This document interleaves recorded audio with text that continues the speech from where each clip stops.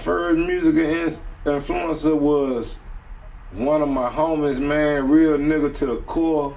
My boy Ice Water Slaughter from Trinity Garden Cartel, man. Shout out Ice Water Slaughter. Hey, one of the realest niggas. I ain't trying to step over no real niggas. You know, of course, the Ghetto Boys was some real influences, and right across, you know, right down the street in Port Arthur, we had UGK that inspired niggas too. So, but the niggas out of H-Town, the niggas that got me under their wing were like, nigga, you can do this shit. You got flow, nigga. Was Ice Water Slaughter, you know, salute that nigga, real nigga, man, real talk.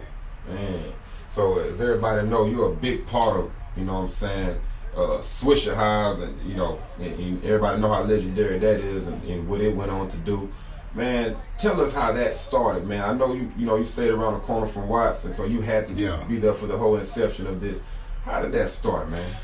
Basically, like I say, me and Archie, you know, we had made us a little group. We started trying to rap and shit, and we came to Watts, and Watts was like, man, he ain't want us to use nothing written. He wanted us to freestyle on a beat. So it was like the year about 90, 95, man, we fell through on the cool. When Watts we came back like 2 years later after he gave us a little mixtape with tracks on it.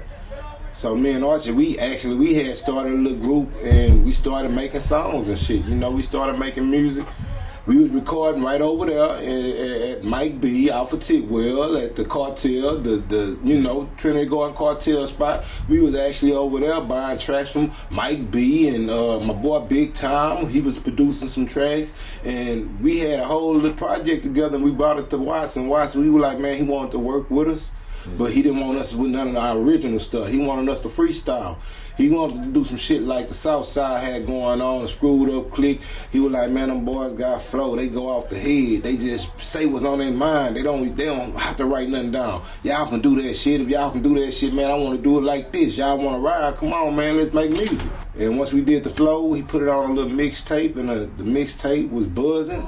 Everybody in the hood was getting it. You know, we was the mouth of the street on the north, because the only way you can get the product was directly from us. It wasn't in those stores at the time, but by us selling it on the street, it influenced the stores to wanna get the music and put it in their stores. So when that happened, you know, we was going in, we wasn't doing nothing but rapping at the time. And I had a little weird idea. I was messing with my boy Bullet Wayne, man. Shout out Bullet Wayne, Dollar Jones, you know what I'm saying, some of them OGs that was in the house. Bullet Wayne, he had came across me. He was like, listen, man, I want to do some shit, man. I want to do a t-shirt. And I was like, man, that's not a bad idea. So, anyway, he had did some shirts, and I put a little money up, got mine. I said, man, I want to do me some shirts now. So, I took my toe into the game, and I came to Watts, and I said, man, I want to do some shirts like Bullet Wayne did. He was like, nigga, you rapping here. Nigga, you a part of the clique. Nigga, hey, go for it, nigga. So I started investing my little money into a t-shirt or paraphernalia, you know. I started grinding. I had my boy B, shout out B, he was doing all the artwork, the logo for Swishahouse. That was a real logo that was coming off my head that my boy B drew. Byron Jones, you feel me? Swishahouse logo. Yes, I did the Swish. It was my design. It was my vision.